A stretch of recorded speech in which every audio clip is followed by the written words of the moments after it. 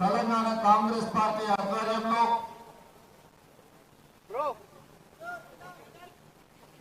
SEBI chairperson గారు అదానితో కుమ్ముక్కై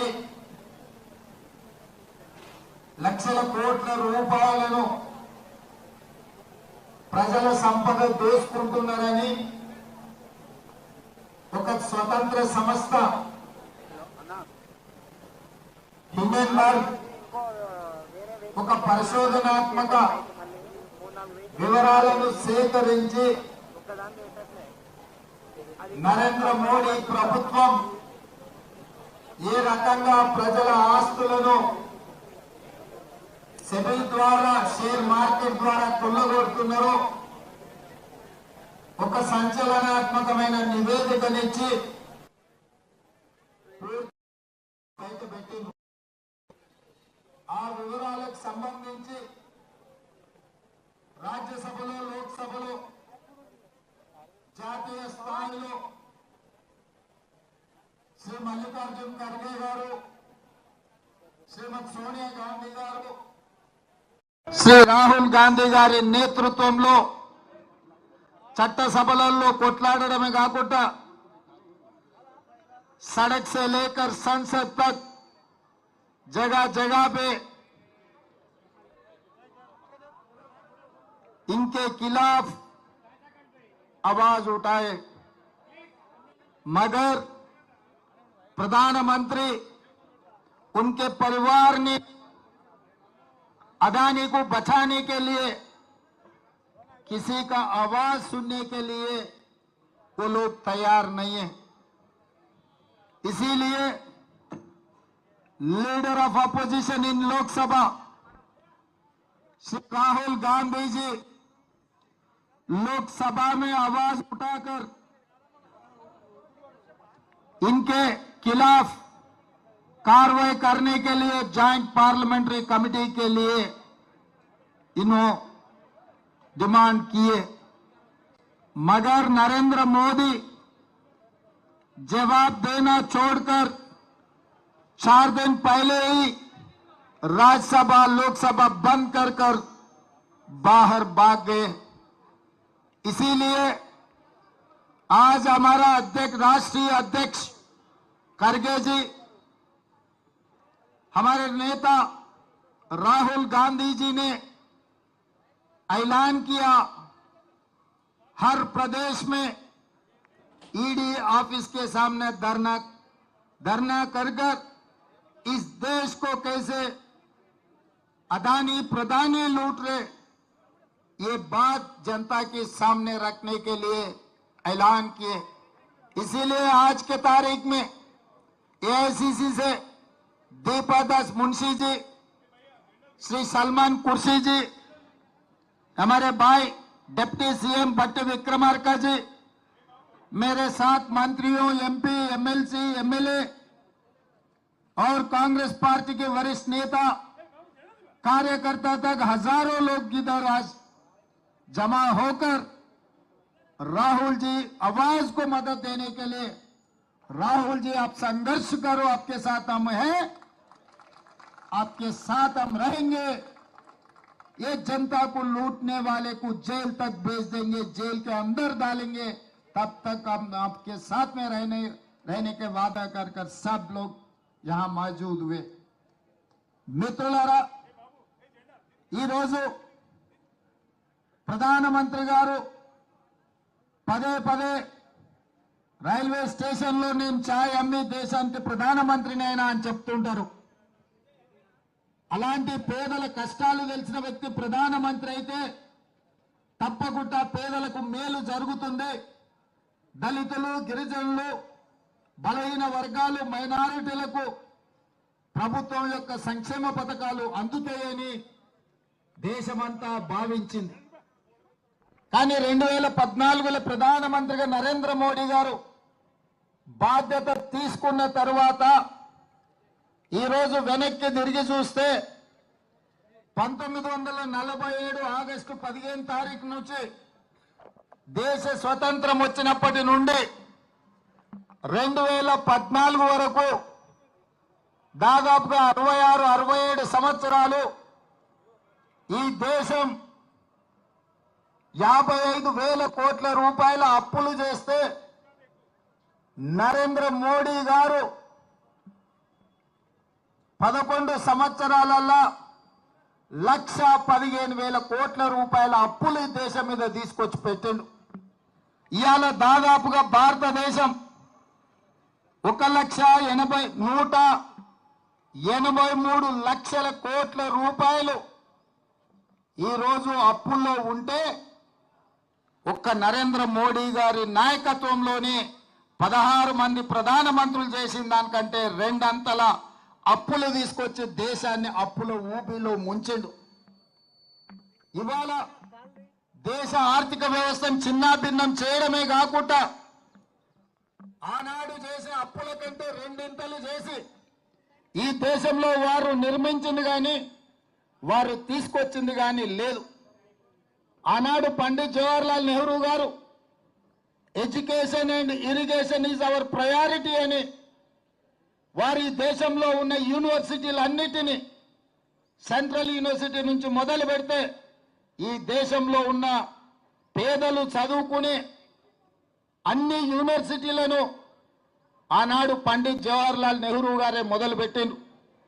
అదేవిధంగా ఈ దేశంలో కరువును పారదోలాలి అంటే సాగునీటి ప్రాజెక్టులను నిర్మించాలి అని బాక్రానంగల్ నుంచి నాగార్జున సాగర్ వరకు, శ్రీశైలం నుంచి శ్రీరామ్ సాగర్ వరకు పండిత్ జవహర్లాల్ నెహ్రూ గారు సాగునీటి ప్రాజెక్టులను తీసుకొచ్చిన ఒక దార్శనిక ప్రధానమంత్రి పండిత్ జవహర్లాల్ నెహ్రూ గారు. ఆ తర్వాత శ్రీమంతులకే అందుబాటులో ఉన్న బ్యాంకులను భూస్వాముల దగ్గర, జామీందారుల దగ్గర, జాగీర్దారుల దగ్గర వేలాది లక్షలాది ఎకరాల భూములను బ్యాంకులను జాతీయకరణ చేసి పేద ప్రజలకు బ్యాంకులను అందుబాటులోకి తీసుకొచ్చి పేదలకు అప్పులు ఇచ్చే విధంగా బ్యాంకులను తీర్చిదిద్దిన నాయకురాలు ఇందిరా గాంధీ గారు.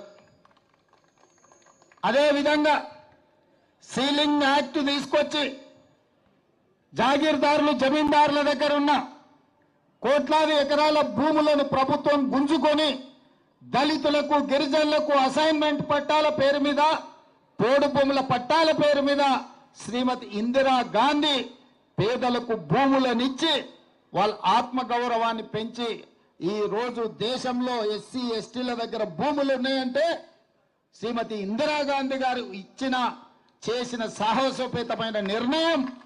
ఈ రోజు పేదల దగ్గర భూములు ఉన్నాయి.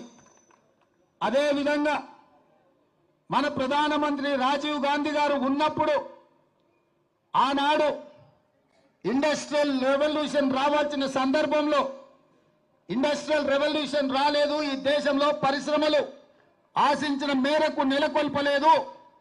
ఇప్పుడు సాంకేతిక యుగం మారింది. 21వ శతాబ్దంలోకి మనం వెళ్తున్నాం కాబట్టి ఆనాడు కొంత ఇండస్ట్రియల్ విప్లవంలో వెనుకబడ్డాం. ఈరోజు కంప్యూటర్ విప్లవం, కంప్యూటర్ రెవల్యూషన్ రావాలి దేశంలో అని చెప్పి ఈ దేశానికి కంప్యూటర్ని పరిచయం చేసి సాంకేతిక నిపుణులనిచ్చి ఇవాళ టెలికాం వ్యవస్థను అభివృద్ధి పదం వైపు నడిపించి ఇవాళ ఈ దేశం ప్రపంచంతో పోటీ పడుతుంది. అమెరికాలో సిలికాన్ వ్యాలీ మన చేతుల్లో ఉంది అని అంటే శ్రీ రాజీవ్ గాంధీ గారు తీసుకొచ్చిన సాంకేతిక విప్లవం అన్న సంగతి ఈరోజు మనం చర్చించుకోవాలి. అదేవిధంగా స్థానిక సంస్థలలో ఈరోజు ఇక్కడనే మా మేయర్ గారు ఉన్నారు, చాలా మంది ప్రజాప్రతినిధులు ఉన్నారు. ఇక్కడ మహిళల చేతిలో అధికారం ఉన్నప్పుడే, పరిపాలన ఉన్నప్పుడే పాలన బాగుపడుతుంది, ప్రజాస్వామ్యం మనుగడ సాధిస్తుందని మహిళా రిజర్వేషన్లని దేశంలో మొట్టమొదటి స్థానిక సంస్థలలో ప్రవేశపెట్టి రాజీవ్ గాంధీ గారు పునాదులు వేసిండ్రు కాబట్టి ఈ రోజు వారి ఆలోచన విధానం ఈ దేశంలో చట్టసభలలో కూడా మహిళా రిజర్వేషన్లు ఇవ్వడానికి పునాదులు వేసిందన్న సంగతి ఈ రోజు మనం చర్చించుకోవాలి. అదేవిధంగా పివి నరసింహారావు గారు సరళీకృత విధానాలు తీసుకొచ్చి ఆర్థికంగా ఈ దేశాన్ని బలోపేతం చేసి అభివృద్ధి పదం వైపు నడిపించడానికి ప్రపంచానికే మార్గదర్శకంగా మనకు పివి నరసింహారావు గారు నిలబడ్డారు. ఈ విధంగా ఈ దేశాన్ని పండిత్ జవహర్లాల్ నెహ్రూ గారు, లాల్ బహదూర్ శాస్త్రి గారు, ఇందిరా గాంధీ గారు, రాజీవ్ గాంధీ గారు, అదేవిధంగా మన తెలంగాణ బిడ్డ పివి నరసింహారావు గారు ఎంతో విజ్ఞతతో భవిష్యత్తును ఆలోచన చేసి భవిష్యత్ తరాల కోసం ప్రాణ త్యాగాలే చేయడమే కాకుండా ఈ దేశం యొక్క ప్రణాళికలు రచించి అన్ని రంగాలలో ఈ దేశాన్ని ముందుకు నడిపించారు.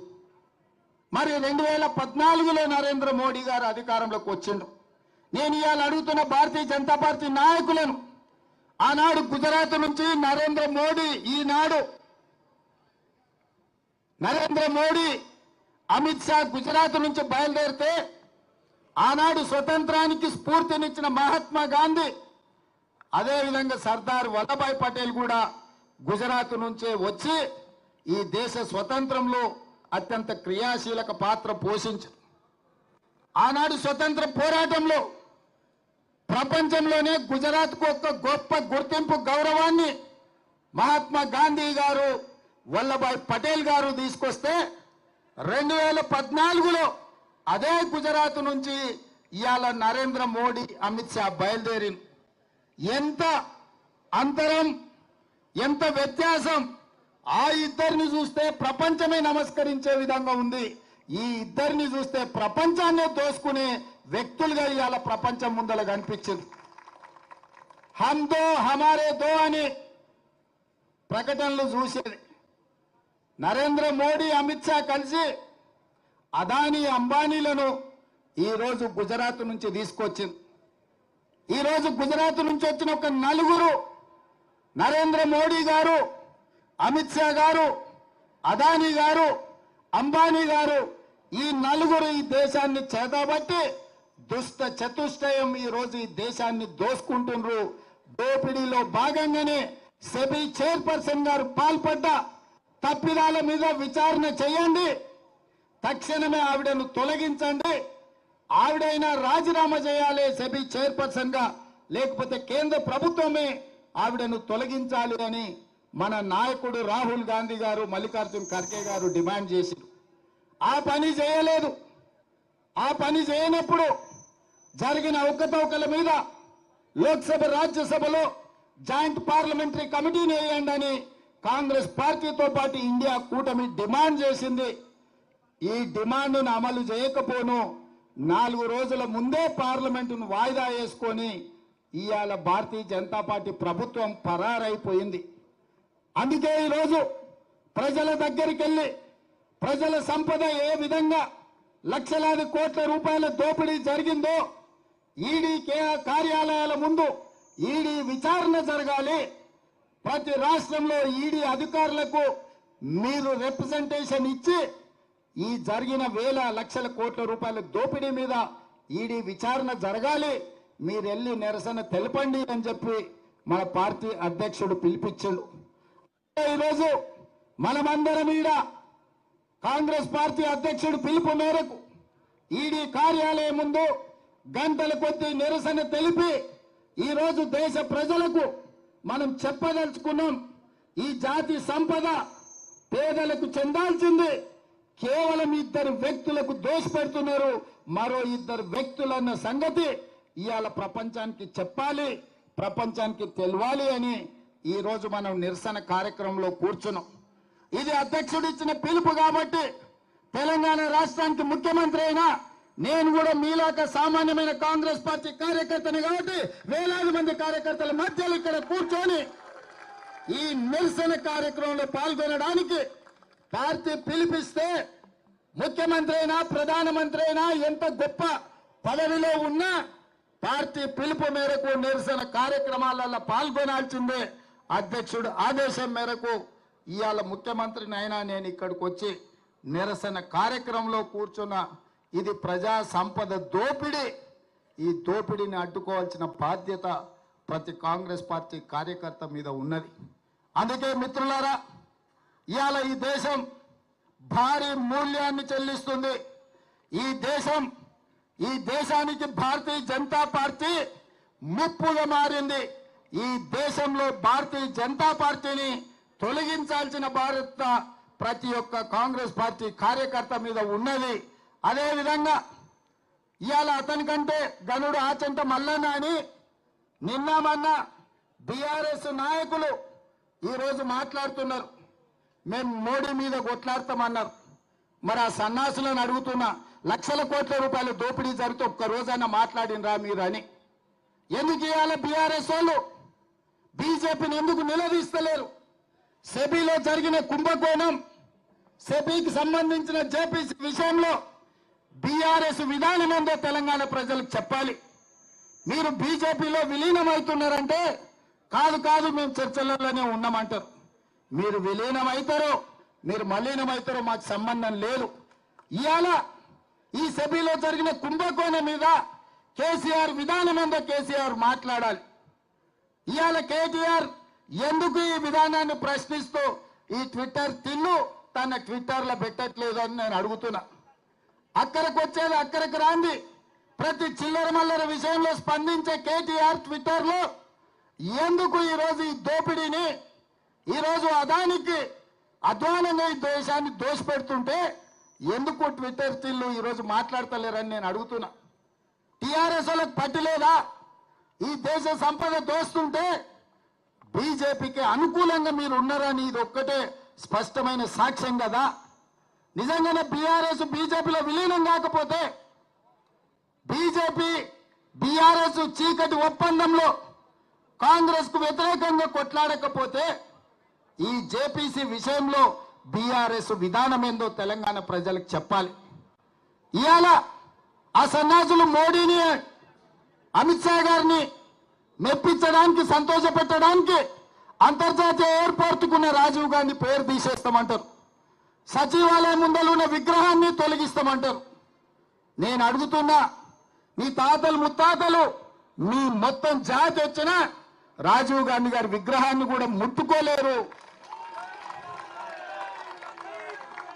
మళ్ళొక్కసారి నేను చెప్పదలుచుకున్నా, రాజీవ్ గాంధీ విగ్రహం మీద చెయ్యేస్తే మీ ఈపు చింతపండు కాకపోతే నా పేరు మార్చుకుంటా అని నేను చెప్పదలుచుకున్నా.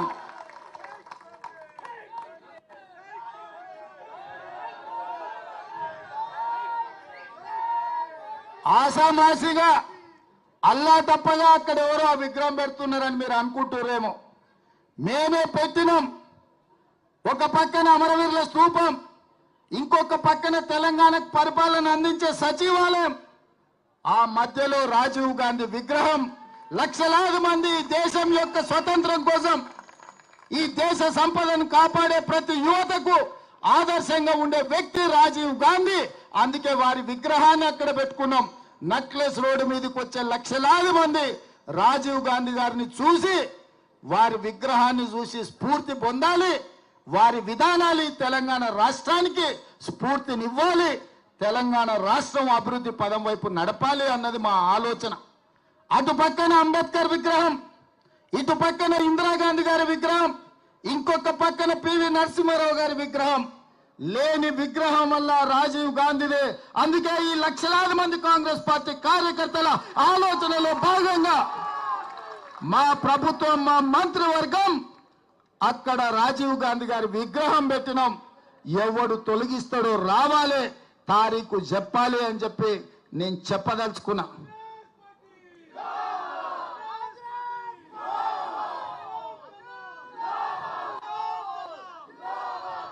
అదే విధంగా 10 ఏళ్ల తర్వాత ఉద్యోగం ఊడినాక, ప్రజలు వంగబెట్టి దంచినాక ఈ సన్నాసులకు తెలంగాణ తల్లి గుర్తొచ్చింది.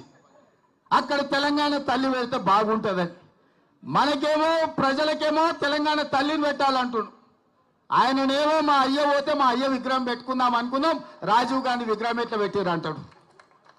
అందుకే తెలంగాణ తల్లి అంటే సోనియమ్మ కనిపించే తెలంగాణ తల్లి. ఆమె జన్మదినం డిసెంబర్ 9 నాడు, తెలంగాణ రాష్ట్ర ప్రకటన డిసెంబర్ 9, 2009 నాడు కేంద్ర ప్రభుత్వం మన్మోహన్ సింగ్ గారి నాయకత్వంలో చిదంబరం గారు ప్రకటన చేసింది. అక్కడ ఇక్కడ కాదు, ఈ రాష్ట్ర పరిపాలనను అందిస్తున్న సచివాలయం లోపట, బయట ఎక్కడో కాదు, సచివాలయం లోపట డిసెంబర్ 9 నాడు తెలంగాణ తల్లి విగ్రహం పెట్టే బాధ్యత మేము తీసుకుంటాం. ఈ సన్నాసులు 10 ఏళ్ళ అధికారంలో ఉన్న తెలంగాణ తల్లి విగ్రహం పెట్టలే. 10 నెలల లోపలనే తెలంగాణ తల్లి విగ్రహాన్ని పెట్టి ఆ తెలంగాణ తల్లికి నిజమైన వారసులమని నిరూపించుకునే బాధ్యత ప్రతి కాంగ్రెస్ పార్టీ కార్యకర్తదని నేను చెప్పదలుచుకున్నా. అందుకే మిత్రులారా, ఇవాళ మనం రైతు రుణమాఫీ చేస్తే రైతులను రెచ్చగొట్టాలని వాళ్ళ కార్యకర్తలు రైతుల ముసుగులో ధర్నాలు చేస్తారు. నేను ఒక్కటే మాట చెప్పదలుచుకున్నా, ఏ రైతుకు రుణం రాకపోయినా, రుణం మాఫీ కాకపోయినా, ఏ రైతుకు ఏ సమస్య ఉన్నా ప్రతి కలెక్టర్ కార్యాలయంలో అధికారులను కౌంటర్ వేసి కూర్చోబెట్టి మీ సమస్యలు అక్కడ చెప్పుకోండి, వాటిని పరిష్కరించి మీకు రుణమాఫీ చేస్తామని చెప్పినాం.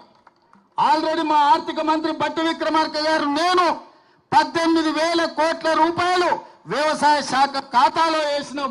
అక్కడి నుంచి ప్రతి రైతుకు పంపించండి. మిగతా 12,000 కోట్ల రూపాయలు కూడా 2 లక్షల పైన ఉన్న వాళ్ళను మీరు 2 లక్షల పైన ఉన్న ఏదైతే బకాయిందో బ్యాంకు కట్టండి, మిగిలిన 2 లక్షల రూపాయలు మేము కడతామని చెప్పినాం. మా రెవెన్యూ మంత్రి గారు కూడా మాట చెప్పిండ్రు. ఇవాళ అంటుండే శ్రీనివాసరెడ్డి గారు ఇంకా 12,000 మళ్ళా కడతామన్నాడని, భట్టి గారు 7,000 కోట్లే మేము ఇచ్చినామన్నారని. అన్ని తప్పుడు రాతలు, కారు కూతలు.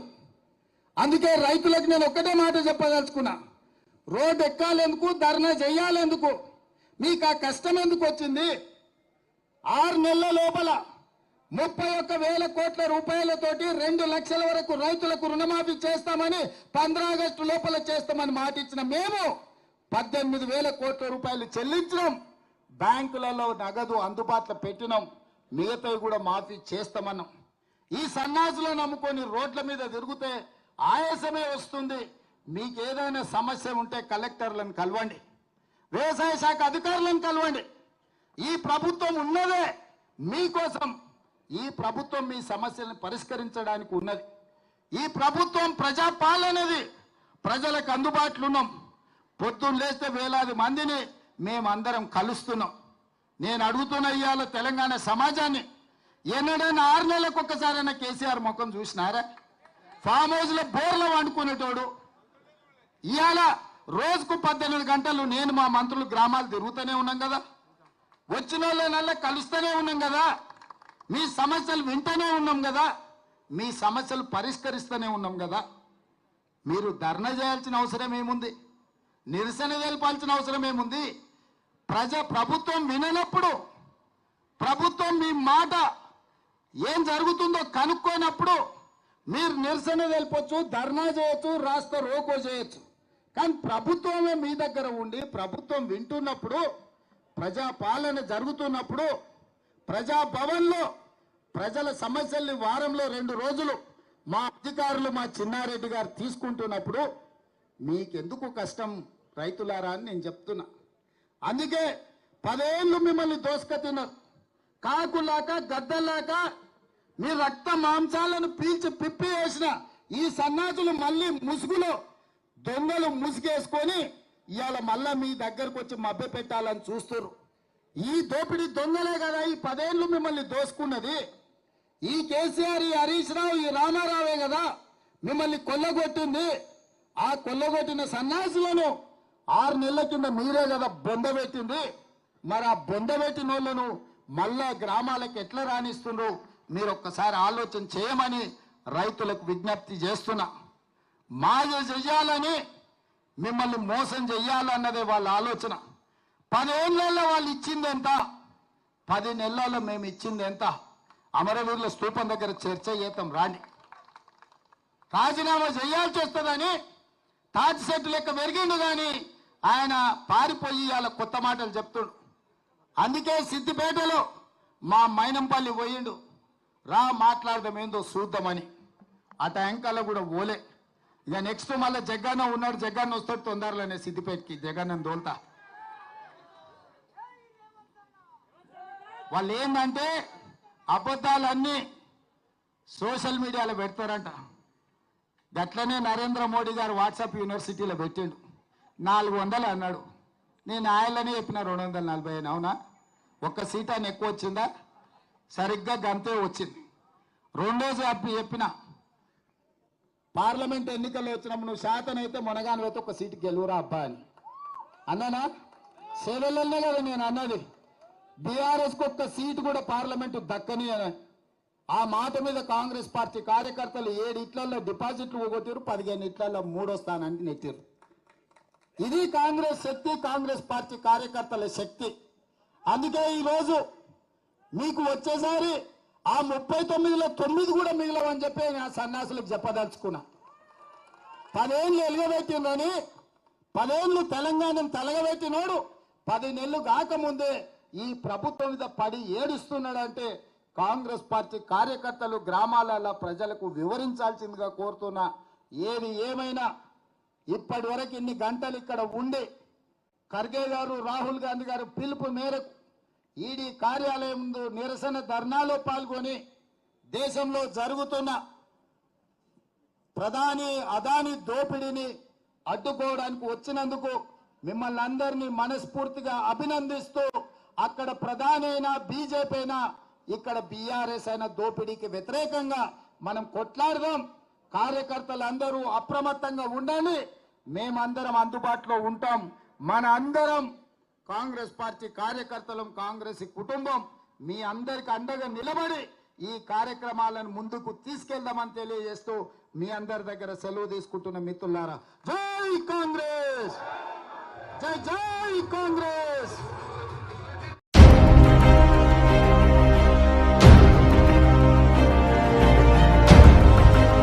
हैदराबाद वॉइस, आपकी आवाज।